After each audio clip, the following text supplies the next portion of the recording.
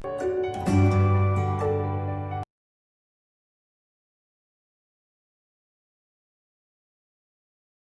students, welcome to the online classes. Today we will continue with our chapter 3, that is data handling. Okay, so today's topic is bar graph. Students, what is bar graph? As you can see in this figure, these are the bar graphs shown here. Okay, now one of the question is given to us that number of children in 6 different classes are given. Okay, 5th, 6th, 7th, 8th, 9th, 10th. The data of these classes are given to us, means number of how many students are in each class are given to us. We have to represent the data on a bar graph. Okay, so we have to make this bar graph.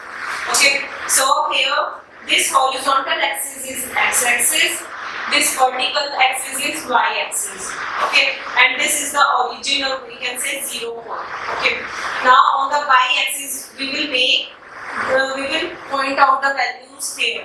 So what are the values? If we will check them, we have to start from 0, and here the highest value is 135. It means here we can make the gap of 20 like 20, 40, 60, 80, 100, 120 and 140. Up to 140 we can place our values, okay, and we have to show the data related to the classes. Okay, so 5th class, but number of students in 5th class are 135. Okay, so we will make the graph like this.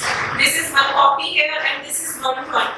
Okay, so we will check that there will be 10 lines. When you will draw this on a graph, then there will be 10 small lines will be there. Then according to that we will mark 135 between these, and we will make the bar graph up to that point. Okay, means 135.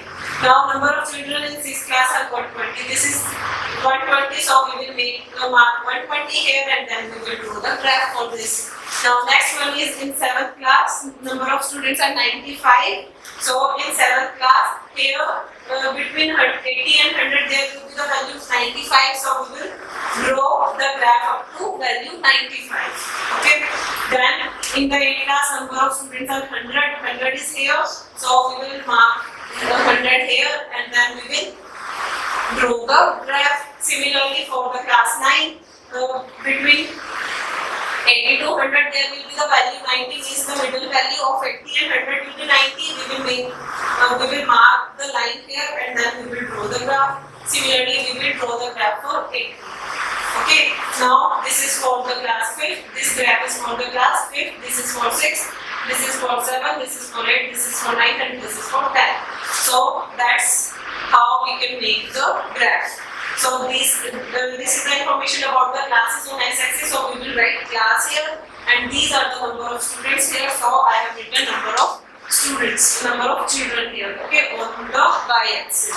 Now students, some of the questions are asked here that which class has maximum number of children. So what are the maximum number of children? 135, and 135 students are in 5th class. So we will write that in 5th class there are maximum number of children. Okay. Now next one is which class has minimum number. Minimum means the least. So what are the least students? 80, and they are in class 10. So we will write that in class 10 there are minimum number of children. Now find ratio of students of class 6 to class 8. Okay, so ratio means this symbol. Now first of all it is asked about class 6. So how many students are there in class 6? 120. So we will write 120 here. And what is the ratio for class 8? Class 8, in class 8 there are 100 students, so we will write 100 here. So what is the ratio students? 120 ratio 100. This will be the ratio for class 6. Ratio of the children in class 6 to class 8. Okay, 120 ratio 100. So this is the question related to your bar graph. Okay. Now students, our next topic is probability. What is probability, student? Chances of occurrence. Means you must have known, you must have heard that probably it will be rain today like this. Means we are using the word probably. Means it can be happen or it cannot be happen. So chances of occurrence. Now what is the formula for probability? Probability is equals to favorable outcome divided by total outcomes. Okay, favorable outcomes means whatever we want to be in our favor. Okay, and total outcomes means in how many you have to choose, they will be total outcomes. Okay, so here the question is, there are 6 marbles in a box which with numbers from 1 to 6, means there is a box, in that box there are 6 marbles, and on those 6 marbles 1 to 6 numbers are written on them. Okay, now a question is, what is the probability of drawing a marble with number 2? Okay, there how many marbles are there? 6. 1 2 3 4 5 6. These 5 marbles are there, and number written on them are 1 2 3 4 5 6, like this. So how many total marbles are there? 6. And what is the probability? Probability is equals to favorable outcome divided by total outcome. So you will write the question first. So probability is equals to favorable outcome divided by total outcomes. You will write the formula first, then after that we will do according to our question. So favorable outcome, what is favorable outcome? We want that number 2 comes out from these. Okay, so how many marbles of number 2 are there? Only 1 marble. So for us favorable outcome is 1, because in these only 1 marble is of number 2. Okay, and total outcomes means how many total marbles are there? 1 2 3 4 5 6. So total outcomes are 6. So what is the probability of drawing a marble with number 2? Probability is 1 by 6, because 6 are the total marbles and 1 is the marble of number 2. Similarly, what is the probability that we draw the marble of number 5? So again we will write this in formula, that probability is equals to favorable outcome divided by total outcome. Now total outcomes are 6, because here are 6 marbles, so total outcomes are 6. Now favorable outcomes means the marble with number 5. How many marbles are there with number 5? Only 1 marble, this 1 marble. Okay, so it means favorable outcome is 1 only in this case also. So probability of getting number 5 is 1 by 6. Okay, now students, next is tell whether the following is, these are the questions, 4 parts given to us. We have to tell that whether they are certain to happen. Certain to happen means they will definitely happen. Okay, impossible means they will not happen in any way. Can happen but not certain means there can be the chances that they can happen or they cannot happen. Okay, so these are the 3 cases. In these we have to tell that which case will be suitable.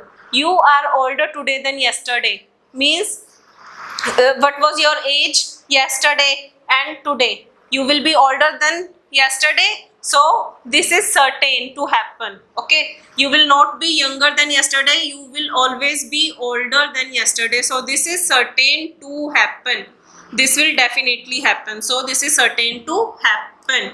Now next one is, a tossed coin will land up heads up. In a coin there are 2 faces, heads or tails. So when you will toss a coin, it can end up having a heads or tails, whatever can be the case. So it can happen but not certain. There may be the chances that heads comes upside or tails. So can happen but not certain. हो भी सकता है और नहीं भी. Can happen but not certain. Now next one is, a dice with when tossed shell lands up with 8 on the top. Students, you know that on the dice 1 to 6 numbers are there. So can 8 can occur? No, 8 can't occur. It means this is an impossible event. Impossible means this is not possible, because on the dice only 1 to 6 numbers are there. As you play Ludo, you throw the dice and you know that only 1 to 6 numbers are there. So how will 8 come on the top? So that means it is an impossible event. Now tomorrow will be a cloudy day. Students, this is also can happen. Tomorrow can be the cloudy day, or tomorrow can be the shiny day, sunny day. Okay, so this can happen but not certain. So we will write that can happen but not certain. But not certain, because tomorrow can be the sunny day or the cloudy day, anything can happen. So can happen but not certain. So students, by this your chapter is over. Hope to see you in the next video. Till then, take care. Bye bye.